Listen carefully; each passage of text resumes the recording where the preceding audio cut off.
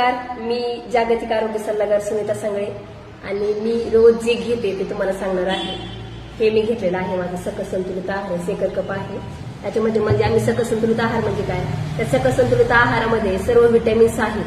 Vitamin बी आहे, vitamin B2 आहे, vitamin B3 आहे, फायबर आहे, मिनरल्स आहेत, कॅल्शियम आहे, पोटॅशियम आहे, मॅग्नेशियम आहे. म्हणजे जे आपल्या बॉडीला व्हिटॅमिन्स लागतात बरोबर, तर ते बॉडीची व्हिटॅमिन डिफिशियन्सी हे भरून काढत असतं.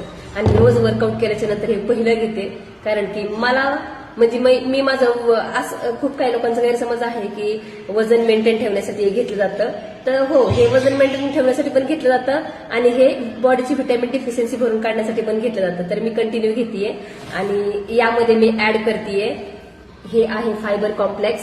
हे फायबर कॉम्प्लेक्स काय करतं, आपल्या बॉडीमध्ये ज्यावेळेस आपलं पचनक्रियाची म्हणजे लक्षणं जाणवतात, पचनक्रिया होत नाहीये, पोट साफ होत नाहीये किंवा मूळव्याध होते किंवा खूप काही गोष्टी असतात, तर पचनक्रिया बद्धकोष्ठता जर असेल तर तुम्ही हे नक्कीच घ्यायचंय. आणि ते कशामध्ये मिक्स करून घ्यायचंय, हा जो सकस संतुलित आहार आहे याच्यामध्ये आम्ही 1 स्पून याच्यामध्ये टाकून घेतेय. आणि मी हे रोज घेते, कारण की मला पहिल्यापासूनच पचनक्रियेचा त्रास आहे, त्यामुळे मी घेत असते. आणि यामध्ये पुन्हा अजून एक गोष्ट ऍड करत असते, सिम्पली प्रोबायोटिक. ही सिम्पली प्रोबायोटिक काय करतं, आपली गट हेल्थ आहे ना ते सुधारत असतं, आपली पचनक्रिया सुधारतं, आपले जे स्मॉल इंटेस्टाईन म्हणजे आपल्या शरीरामधले जे लहान पोटाचे आतडे आहेत, तर लहान आतडे स्ट्रॉंग करतात.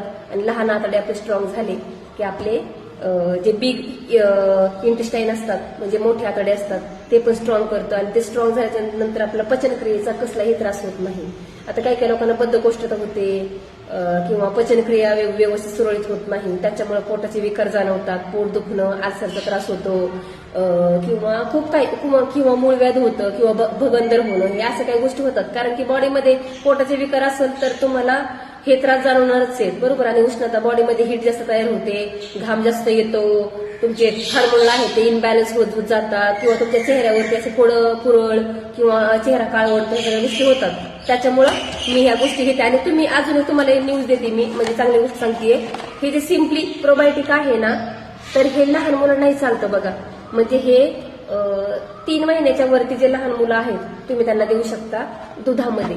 कारण की तुम्ही जर त्यांना दुधामध्ये हे जर दिलं थोडं करून, तर त्यांच्या लहान बाळाचे खूप पचनक्रियाचे त्रास चालू असतात बघा, तर ते पचनक्रियाच्या त्रासांचे दूर होतात आणि लहान मुलांची हेल्थ सुधारते. असं काही नाही की याच्यामध्ये काही साईड इफेक्ट आहे किंवा काही नाही, पण हे तुम्ही लहान मुलांनाही देऊ शकता, त्याच्यामुळे काहीच हरकत नाहीये. आता हे माझ्याने तुटत नाहीये.